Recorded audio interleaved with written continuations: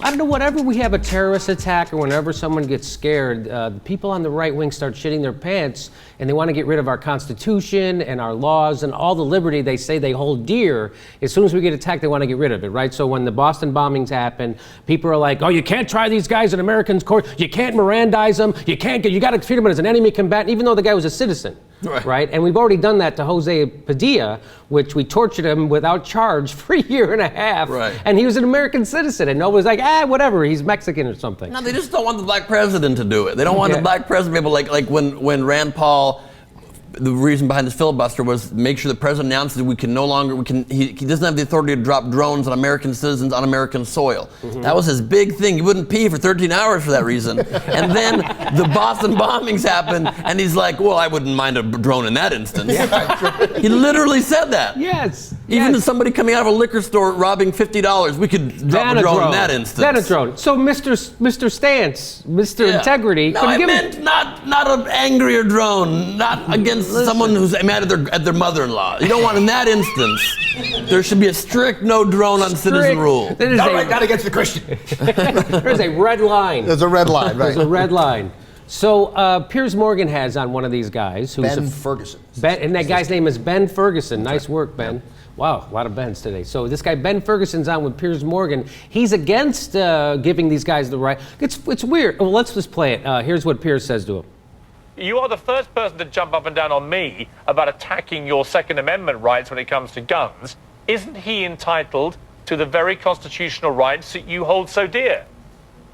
It depends on if you're pledging allegiance to a terrorist organization and you're working with foreign terrorists and around the world.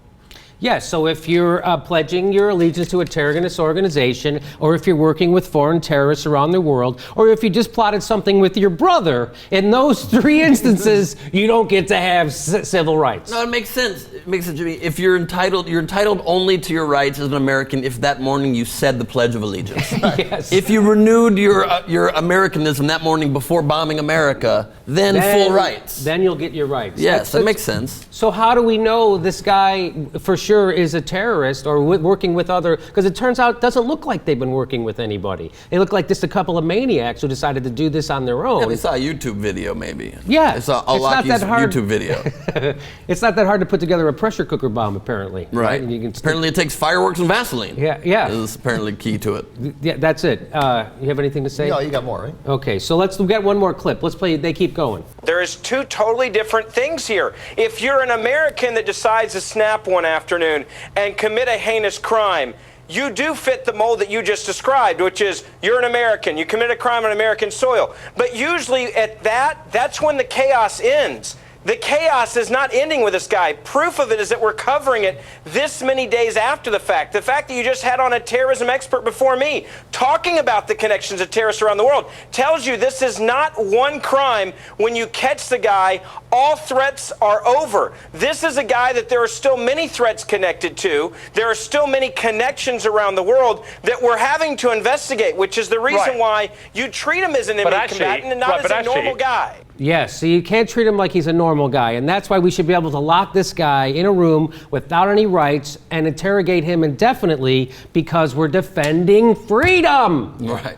Let's break down Ben Ferguson's argument, because first, if it's an American and he just snaps, then we can Mirandize him, because that's what?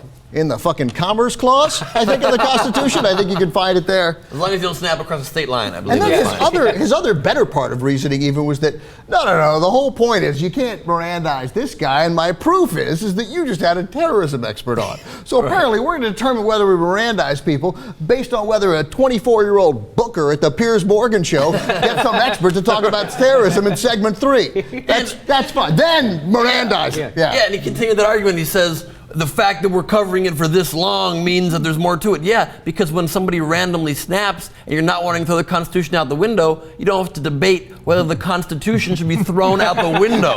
When you're coming on TV and saying we should throw the Constitution out the window, we got to discuss that a little bit further.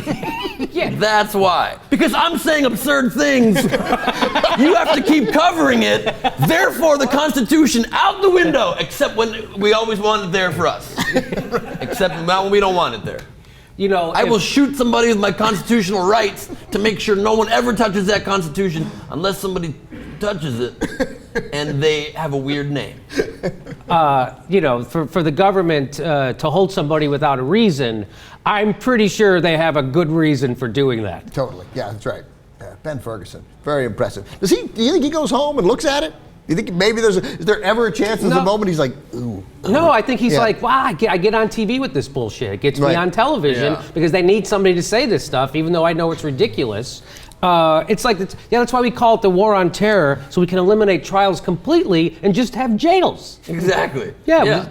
We don't know trials. I'm surprised they don't take it to the next logical extension. It's like, why don't we send this guy to America's best treatment for foreign-born American citizens? Send him to the hotel we have in Guantanamo. Let them hang there.